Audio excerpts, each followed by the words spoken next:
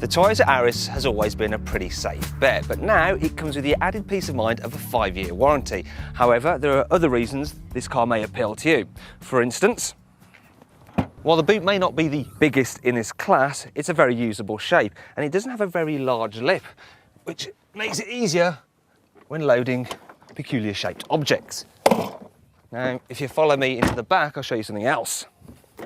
In the back, the Auris's floor is completely flat, which means that if you're unlucky enough to draw a lot for the middle seat, it's not too uncomfortable really, because unlike in some other cars, there's no hump for your feet to go on.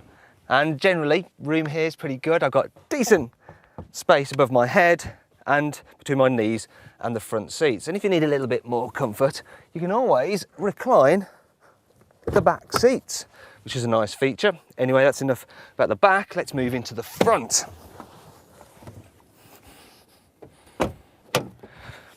The Auris is a very practical car. I mean, as well as some deep door bins there, we've got a cup holder right in front of the air vent, so the air conditioning can keep your drink cool. Also, there's loads of cubby space. I mean, look, there's room for some butter there, some tea in there.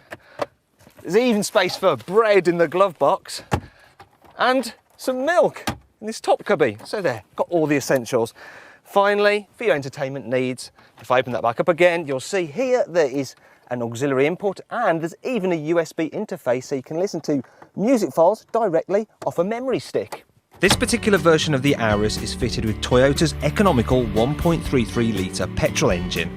To help you maximise your efficiency, there's a gear change indicator and also a stop-start system, which I'll just illustrate by going round this driveway. And when you come to a halt, it will automatically cut the engine. There you go, it's just stopped. Now, when you're ready to pull away again, yes, it all looks clear, it automatically starts again.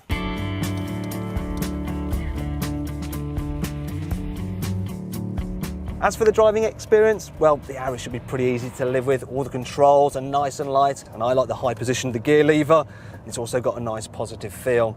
The car itself is pretty comfy, and it's easy to find a nice driving position because there's lots of adjustment, the driver's seat and the steering wheel.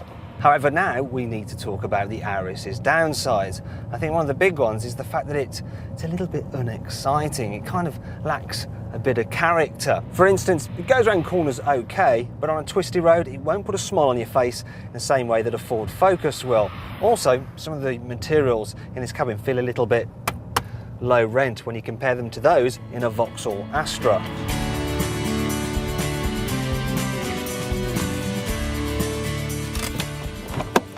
And unlike with a Honda Civic, when you fold the rear seat backs down, they don't lie completely flat. And there's also this big lip here, which could prove a little bit annoying when you're trying to slide large items all the way to the back. But you might be willing to overlook these downsides on account of the fact that the Auris is cheap to buy, cheap to run, and of course, as I mentioned at the beginning, it's got that rather handy 5-year warranty.